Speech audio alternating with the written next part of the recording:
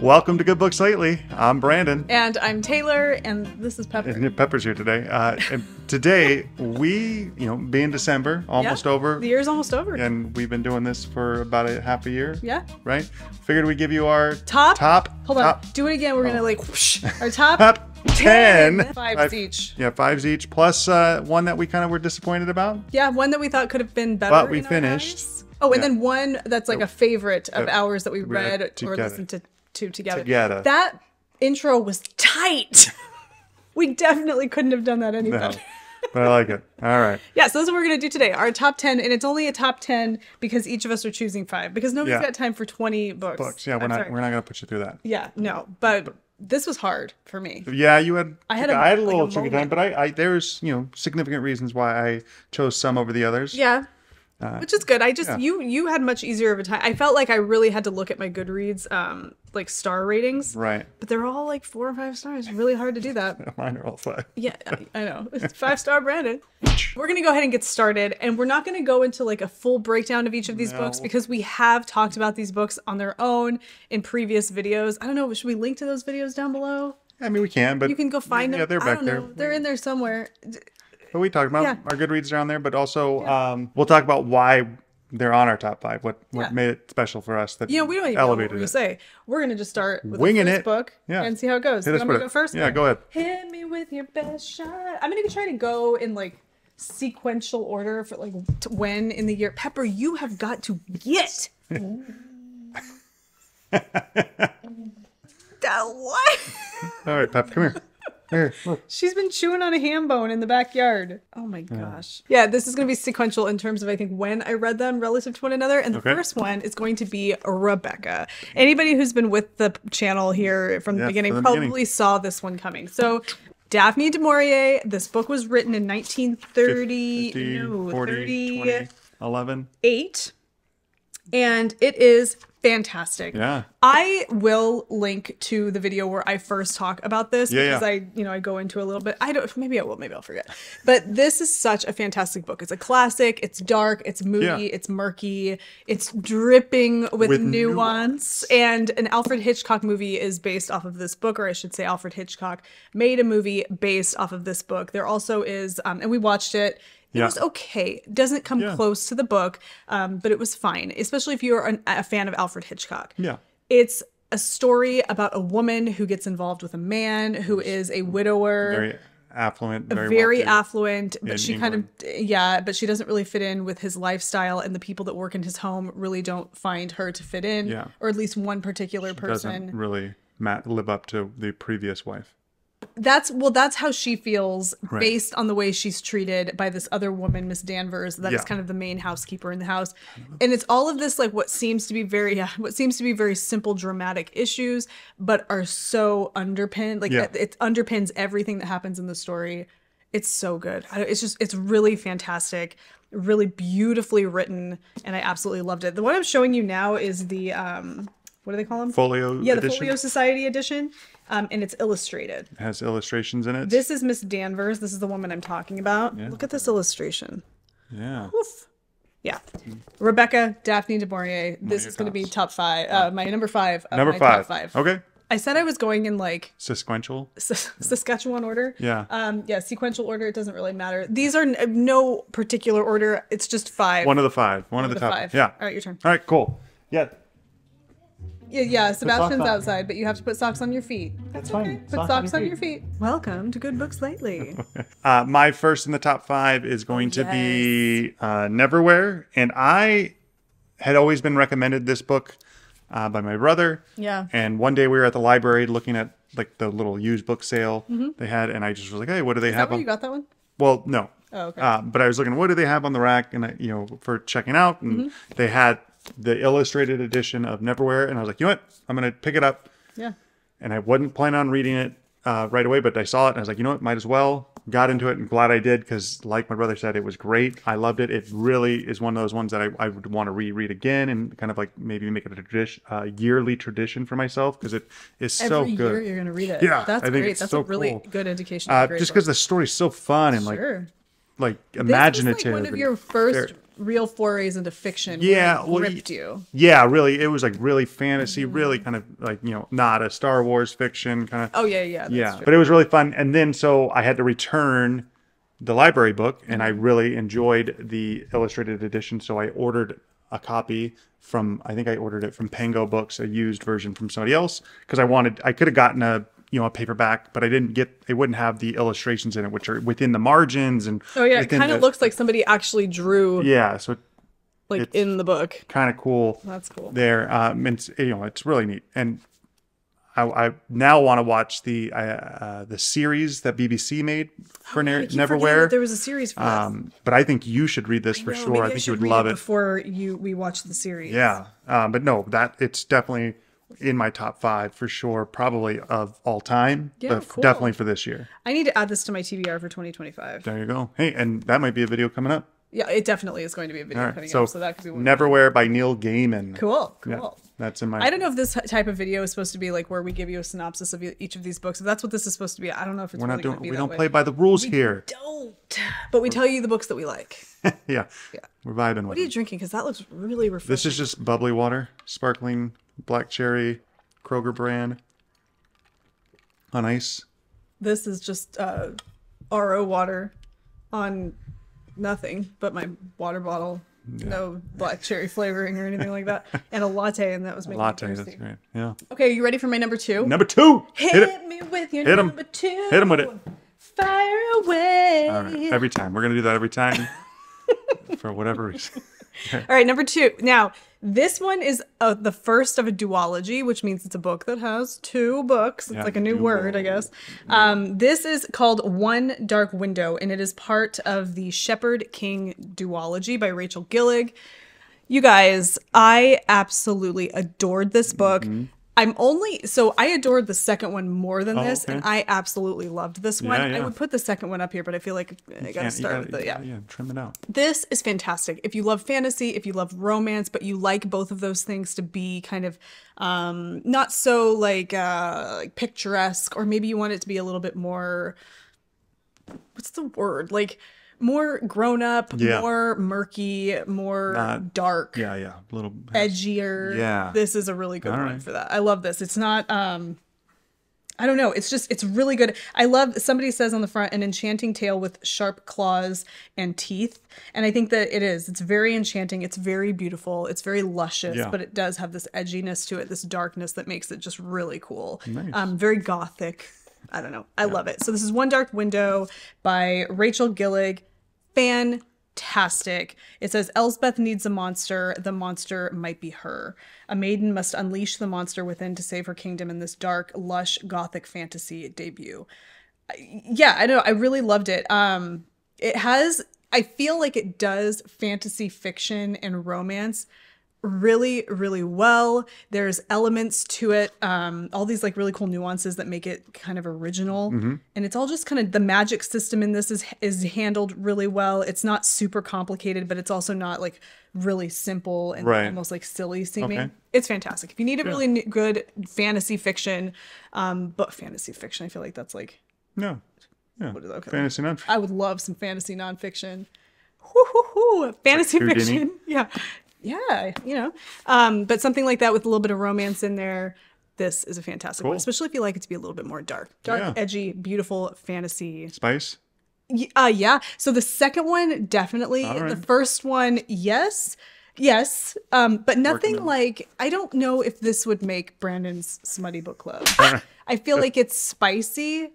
Well, some of the stuff that made Brandon's Smutty Book Club isn't particularly. Yeah, it's just you thought it was the cover was over there. The sequel to this one I think could definitely fit into your Smutty Book Club. All right. Yeah, I don't know, but I loved it. So One Dark Window by Rachel Gillig. This is number 2 in my top 5. Cool, number 2. All right, let's move on. My number 2. Yeah. That would be a nonfiction book. The River of Doubt by Candace Millard. I remember talking about this. This is the story of President Theodore Roosevelt, after he's been president of the United States, after a failed third elect or third term, or when he tries to run for a third term with the Bull Moose Party, and he decides he wants to go on kind of an adventure. He's always kind of one of those guys that wants to go to the African Serengeti and go hunting and kind of have these things. And this is his story about him going to try to find a river that they don't really know much about at the time.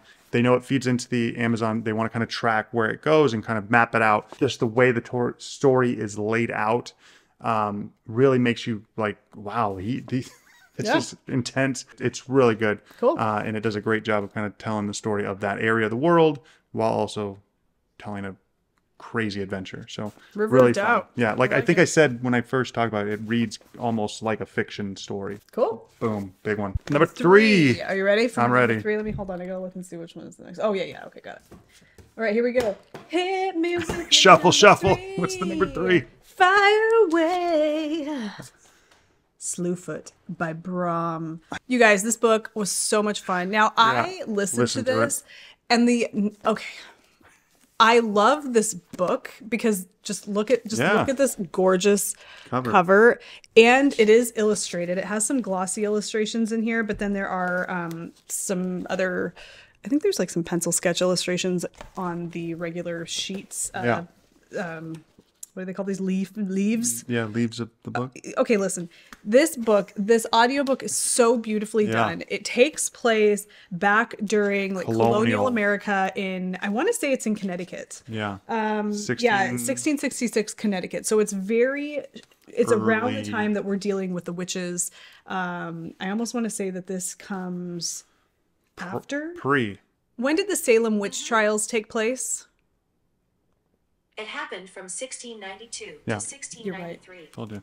Okay, yeah, you're right. I think you're a pretty smart guy. This pre-Salem witch trials. However, the whole like witch hysteria was very much alive and well, and it was kind of it's starting to bubble to the surface in colonial America. It's becoming a thing. So this is taking place around that time. Well, in this story, we have a woman and her husband who kind of live in the outskirts of town. Well, something is brewing underneath the surface below where they live. Some kind of creature of some kind that's going to come up. Yeah, of some kind of supernatural being ilk. Okay. And it's going to come up and it is seeking out blood. Okay. And it comes up for various different reasons. And in the beginning of the story, you believe it to be some kind of like a devil. The woman who we have on the cover here, or the main character of the story, she gets involved in this character as you do.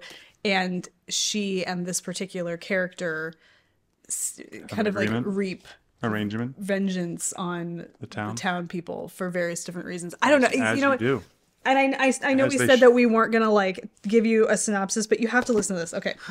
An ancient spirit awakens in a dark wood. The wild folk call him father, slayer, protector. The colonists call him slewfoot, demon, devil. To Abatha, a recently widowed outcast, alone and vulnerable in her pious village, he is the only one she can turn to for help. Together, they ignite a battle between pagan and Puritan, one that threatens to destroy the entire village, leaving nothing but ashes and bloodshed in its wake. This terrifying tale of bewitchery features more than 24 of Brahms' haunting paintings, fully immersing readers in this wild and unforgiving world. And there's a quote that says, "If it is a devil you seek, then it is a devil you shall have." There you go. It's a fantastic story. I loved this so much. And the ending of it and just like the whole like vengeance part of it was just like, it slapped. Yeah, I remember hearing you would play it sometimes when we were in the car together, and the audio woman sounded who great. narrated, oh my gosh, really well done. So beautiful, such kind a of felt like she was from 1660. Yes, it's just such a fantastic. So whether you read it like in the physical copy or you listen to the audiobook, you're in for a fantastic treat. But the audiobook really is something special. I just love having it on my shelf. It's a really beautiful book. The illustrations are just gorgeous. So that is Slewfoot by Brom. That is my number 3. Number 3. All right, my number 3. Also, I listened to on an audiobook, but I had to, because I loved it so much, I had to get the hard copy book, and that is Paladin's Grace by T. Kingfisher. And this is book 1 of what I think is a currently 4 to 5 book series, but it's supposed to be 5, maybe even more. And I've listened to them all. This is the first one. It is so funny to me now that I know more about this series and like the fantasy nature of it and all of it, that you loved it as much as you did. It was so good. It got me. It was like because it wasn't. It was serious, but it didn't take itself seriously all that much. It's in this cool world. It's my first like foray into like fantasy, but it was also kind of like romantasy, I guess. Yeah. So because there's a romance in here, and all the other books in the series follow that same kind of thing in the same world. And now I've read up on all of the books that she's released that are within this world of the White Rat. Very much like on a T. Kingfisher like run, which is so funny because you had so many great experiences with T. Kingfisher, and then I read Nedland. Yeah, and I'm like, you gave up on it. Yeah, but I mean, but I think she's probably great. It was just that book wasn't that great. Yeah, but no, this book was great. It has a cool world that they're set in. This story of a paladin this group of paladins that their god dies, and now they're kind of like broken and they don't know what to do, but they are also very good at what they were.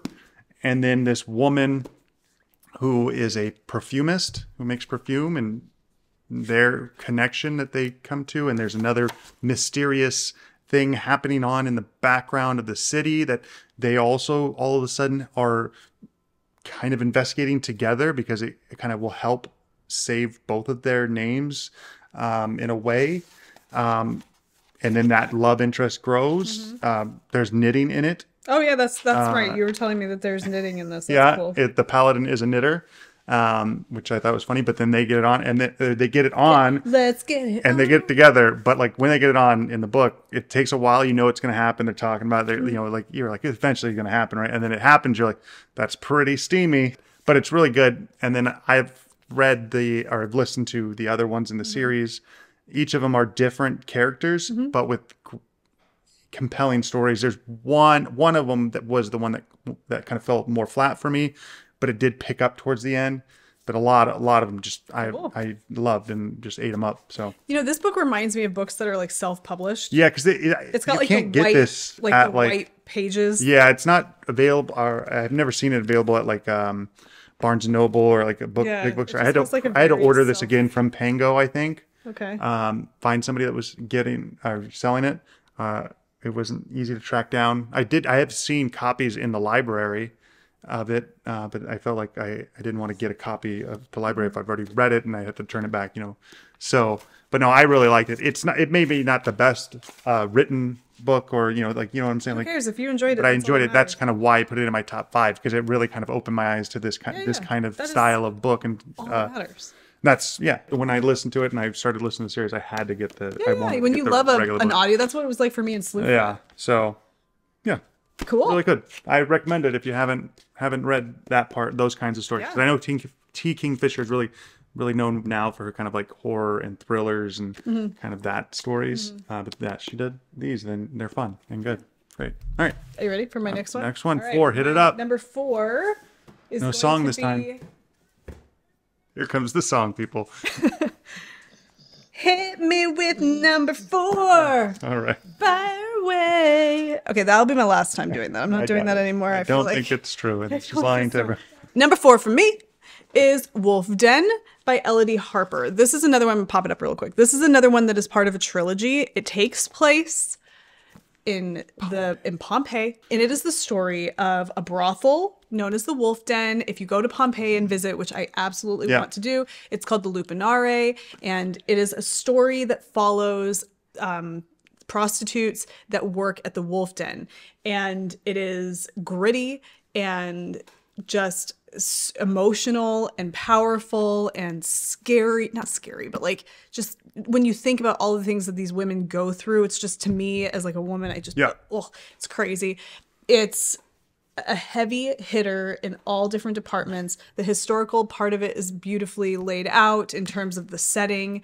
I felt like reading this book, it's so immersive. You could like smell the street food and just the smells. The garum of the streets of Pompeii. I just absolutely loved it. I loved the main character. She's a hard one to really kind of warm up to in the beginning, but not in the way of like, she's a prostitute. It's like because of her personality, and you kind of are supposed to be a little like you want to keep her at an arm's length in the beginning, but then you start to feel for her experience. Would you stop it? I'm trying to have a serious conversation. This is It's real life, baby. I just love this. If you like historical fiction, if you really love the idea of like reading about like the Roman Empire or like Pompeii's, that, you know, late 70s AD. This starts 74. Yeah, like a year before, right? No, it's 74. Yeah, CE, 5 Common years Era. before. Yes, 5 years before the eruption.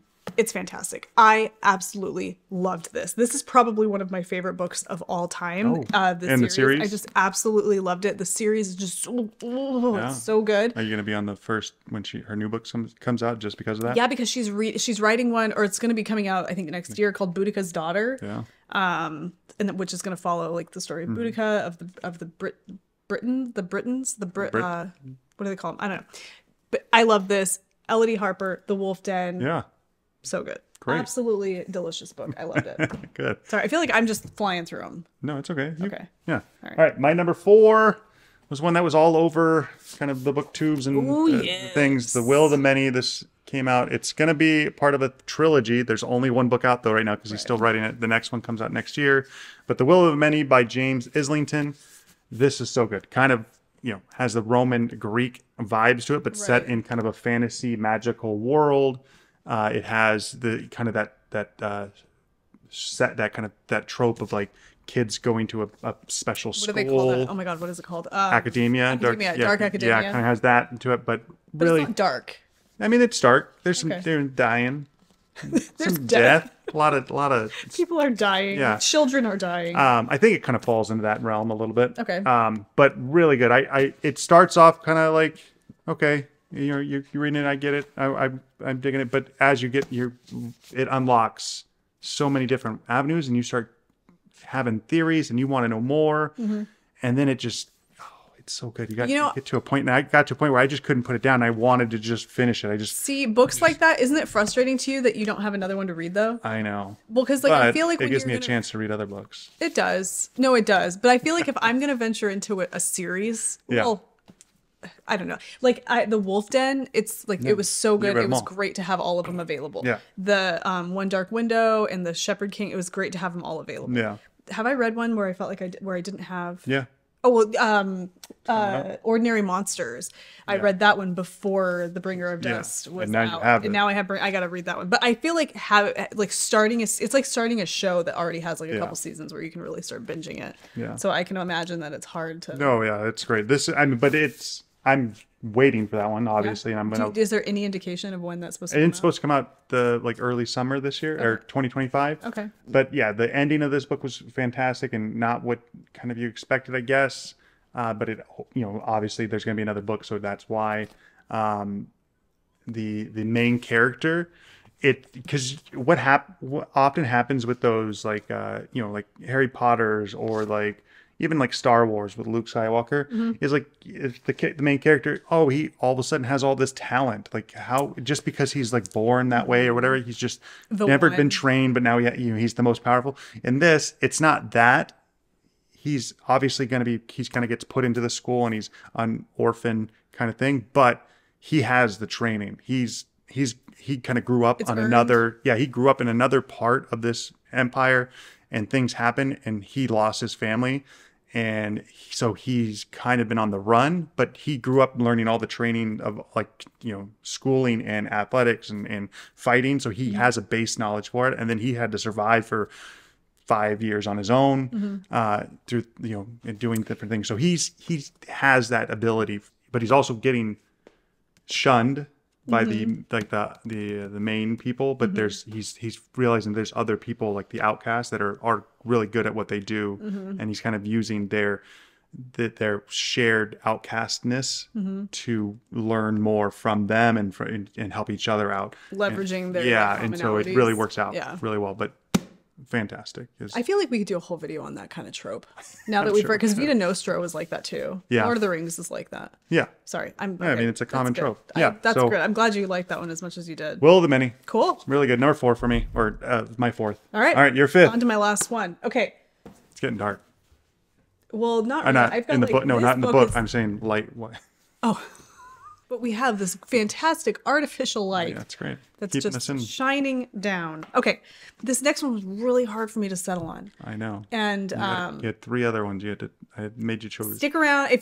Not stick around. If you head over to the Patreon, if you're not a member of Patreon, head over there. Consider it. If it's for you, stick around because we have a lot of additional content. The after show of today's episode is going to include our like runners up. Yeah, the ones that were just on the cusp. Yes, so you're gonna want to check that out. This one beat out those other. It ones. Really did, and I feel like it had to. It just had to because of how much I loved it. Yeah. Okay, this is one I just recently finished called The Golem and the Jinni.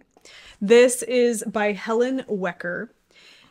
This book, I don't know what it was about the way it was written. The story and the concept of the story is really interesting. You have 2 kind of protagonists, if you will, that start off knowing nothing about one another, and then they meet at a point in the book, and they learn about one another, and they learn about the interesting scenarios that each of them find themselves in. And one of them is a golem, and one of them is a jinni. Okay, so a golem is a creature made out of clay that's supposed to represent a person, and if it's done right, it's hard for people to determine that it's not an actual person, but there's various things that can give it away. And then you have a jinni, like a genie. Okay, and they are in New York City, and it's in the early part of the 20th century, and they have to kind of survive in this city and fit in what is totally a fish out of water environment, but they have like a person who's there to kind of anchor them to the area that understands and knows what they really are and knows their true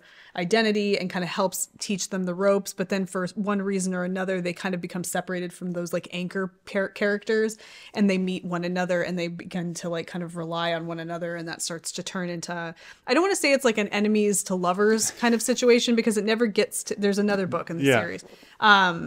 But there's definitely like a bond that is really deep and emotional. But the whole time I'm reading this, I felt like the book was so well paced and well written, and the characters were so well developed that you just feel like you're in really good hands with like this writer. Sometimes you read a book and you're like, oh, like, I don't know, like, okay, I can read this and I can consume this and I can understand, but I just feel like this writer doesn't have my back completely. Like, I feel like at some point the plot holes, the little holes in the book, I'm going to fall through it and I'm going to lose the book. You know, you're not going to enjoy it as much. But this, the whole time I was just like, yes, of course, 100%. I'm with you. I buy everything you're giving me. I do nom, nom, nom, nom, nom. It was so good. Yeah, so it was really beautiful. So The Golem and the Jinni by Helen Wecker. This is going to be my number 5. And it beat out some heavy hitters. It really did. And I really enjoyed it. I want to read the sequel. And the only reason I haven't started it yet was because I loved this so much that I wanted to let it breathe and then dive into it. So that's right. Nothing wrong with that. All right. So this is my Those stack. are your 5. This is my stack of that's 5. Good. That you've read this year. That's amazing. Yeah. I mean, well, I've read more than this. No, I know, but these are the top of what you read. Yeah. It's top of whatever. Great. All right. It's my 5th? Yes. All right. My 5th is all. Hit me with your number 5. I told you. Fire away. All right. This not only is the last one I have, but it's my top of the year. It's also, one of my tops ever. This is Project Hail Mary by Andy Weir. He's also the guy who wrote The Martian, but I haven't read that one. Not to be confused with the figure skater or the guy who exposed his... Anthony Weiner's. His wiener. Why would anybody confuse it with the wiener guy? It says Weir. You did. Oh, that's in our episode. Okay. I'm a lover of sci-fi, science fiction. Sci-fi. I mean, I read a lot of Star Wars. I'm a big Star Wars nerd. So, you don't got to sell me a lot on reading a sci-fi. This book, though, I heard great things, and I had never, I was like, my brother was like, let's read it together. I'm like, I'm in. It's about a man who has to go out into space and basically on a mission to try to save all of humanity. I don't want that job. Who wants that job? I know, no one wants that job, but that's what it is. That's the premise you get. Yeah. But the story you get is so much better. There's so cool. much more. It's so much more emotional. There's friendship in this, which you don't expect because it's a solo adventure. Yeah. But it's there. But there really is nobody else with him. No, there is. You got to read it to know what I'm talking about. I don't want to spoil anything. Yeah, we have an audience member. he's melting. He's having a hard time figuring out. But it just is so good. There's so much. It is slapped hard and kept on slapping. But yeah, that if you haven't read it, go get it. Even if you don't think you're a sci-fi fan, that's fine. Go get this because it's a good book. It's really good. It's a great book about human emotion. At this point, are you just trying to strategically hold the book in a just certain place? Block out the couch gymnastic. Make a video with your camera and your Legos. Yes. Do something, but please go do it in there. That was our top five individual books of the year that we've read. Yes. And what we have, our together book, which is here. Don't pull. Oh gosh. So we listen to books together. We read books together. We haven't read a together book in a while. Yeah. But we have like a together book, which is one we share at the same time simultaneously. Or like we listen or read it to one another. Yeah. And this one, it was so good. Yeah. So we listened to this on the way to Santa Fe. On the way there and back. And back. And it started off where I was just thinking like, okay, like I want this to pick up. I can see that this is going to be interesting, but I want to get to like where I feel like I understand where we're going with this. But it was one of those starts where once you get past that and you get into the story, you're really happy that it built up like that. Yeah. Go ahead, show it off. And that was The God of the Woods by Liz Moore. By Liz Moore. So we listened to this. This is actually a book of the month copy that's in our free little library. Somebody put it in our free little library. We didn't buy this, so we're going to pop it back out there after this video.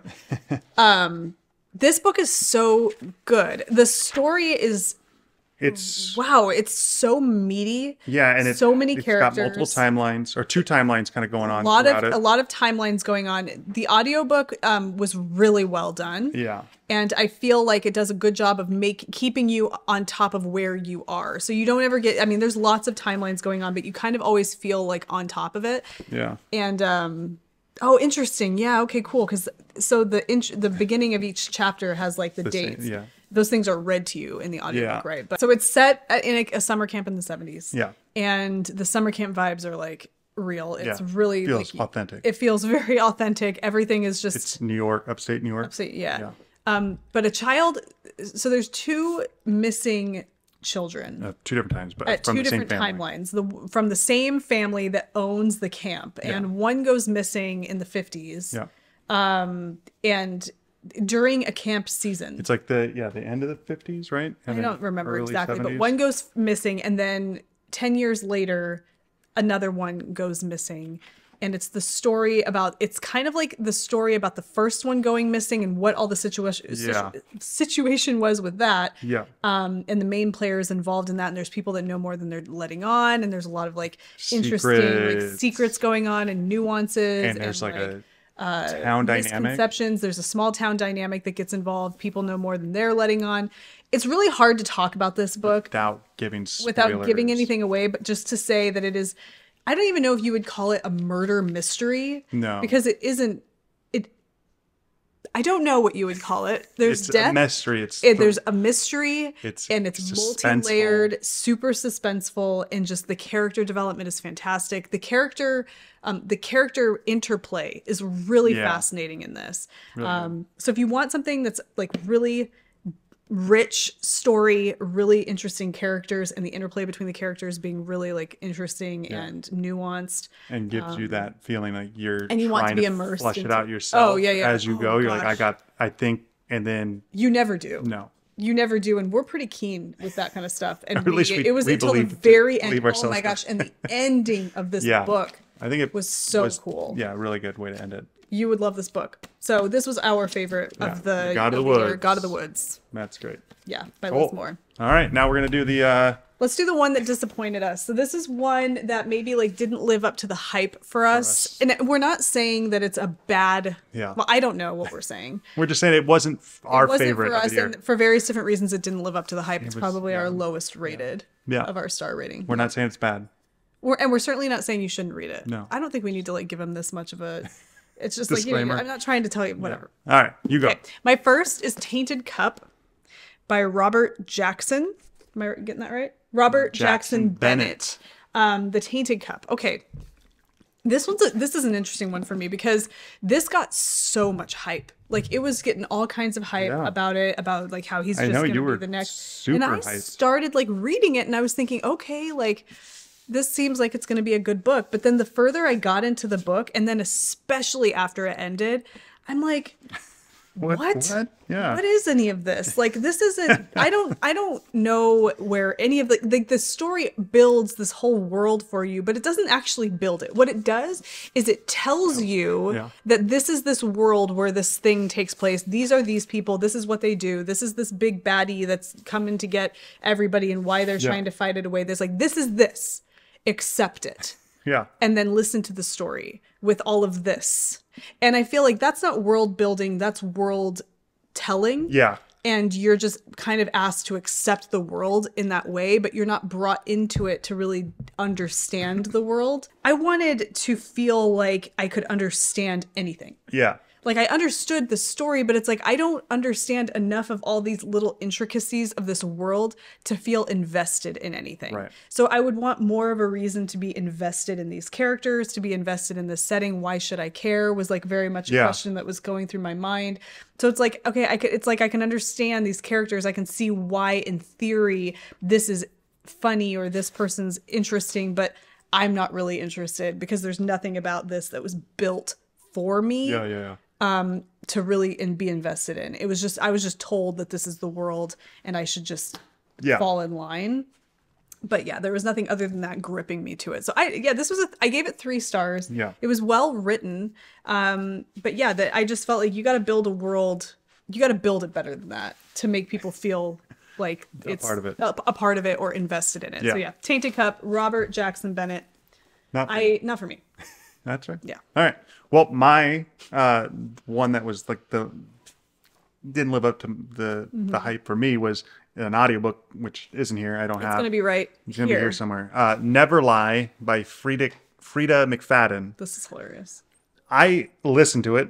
It was, you see them all the time. They're in the mystery section. She's got a lot of hype. She's cranking out her name on books. It's the babysitter or the teacher, whatever. This is never. I was like, you know what? This one sounds like a movie that I've seen potentially made, but it hasn't. And so I think that was one of maybe a disappointment for me in the sense that not that I've seen the movie or whatever, but I thought that's what made the connection to me. But it was like the writing too. Yeah. Right? So it's very quick. I think she writes very quickly. She's able to crank them out. See, but when you have an author that's cranking them out, unless you're James Patterson or you're like Stephen King or something, where you have an established I don't know. And it's like, it was a mystery, a murder mystery kind of thing going on with an element of like not romance, but like a couple. And, you didn't really feel connected to the main 2 characters. The main girl. I know. And so you're like, as you're reading or as you're listening or reading it, you're thinking, oh, I know how this is going to work. Or things start happening. You're like, oh, that's going to come back into play. And while the book didn't actually, like, I thought I knew how it was going to end and I was wrong. But even I was wrong because the author tricks you. It's not like, doesn't trick you in the way of the plot. It just tricks you from the beginning for you don't have a chance. I feel like that's you weren't supposed to know.